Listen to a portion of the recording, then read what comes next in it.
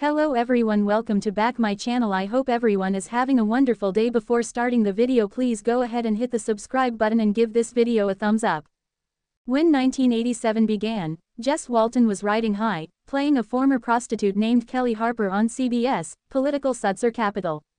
She'd been there for 3 years, and life couldn't have been better. Then in March of 1987, the show was axed, and Walton was out of a job. And for that, all we can say is, thank God. The Young and the Restless, it turned out, was looking for someone new to play Jill Foster Abbott, the pivotal role Brenda Dixon had originated 14 years earlier, before passing it to Bond Gideon and Deborah Adair, later Kate, Days of Our Lives.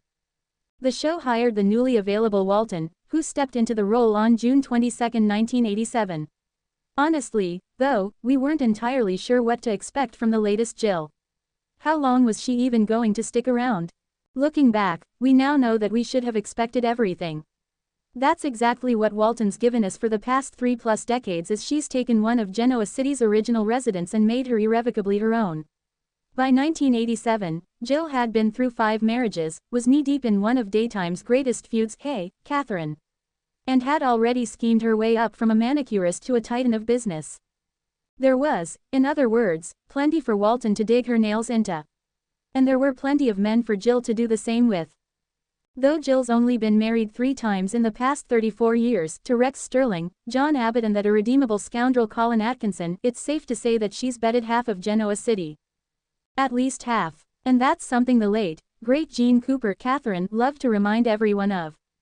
In an interview with on-screen son Jason Thompson, Billy Walton fondly recalled with a laugh that Cooper would insult me. We'd go out on the road together on public appearances, and she would say, I had to bring the slut along. Over the years, Walton and Cooper reveled in taking Catherine and Jill's feud to new heights. Remember when Jill almost choked Kay to death in the attic, to the point that Walton marveled to Thompson that they were, like a supercouple.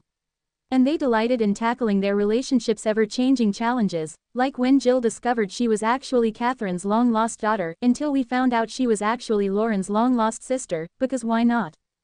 But that's something Walton has always wowed us with, her ability to play the woman beneath the witchiness. As much of a schemer as Jill could be, her portrayer ensured that she was never one note, and nothing trumped her love for her family, even when that family was her archenemy. We watched Jill mourn son Philip, then go through the shock of finding out he was not only alive but that he'd faked his death because he was struggling with coming out as gay.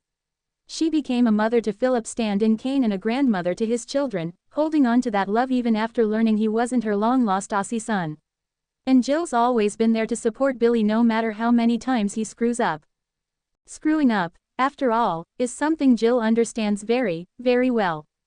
A few years back on Marie, Walton referred to Jill as Wile E. Coyote. Jill keeps getting anvils dropped on her head, the actress cheekily explained. She gets these schemes, and she gets all excited, she brags to the whole town she's marrying Victor Newman, and then he breaks up with her on the day he's supposed to be proposing, and she gets smashed again. But like Wile E. Coyote, Jill always comes back. And though she only stops into Genoa City from time to time these days too, we can rest easy knowing that every time she leaves, it's only a matter of time before she'll come back.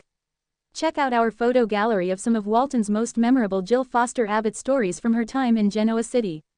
Thanks for watching this video, and please subscribe our Update World 24 YouTube channel for more update news.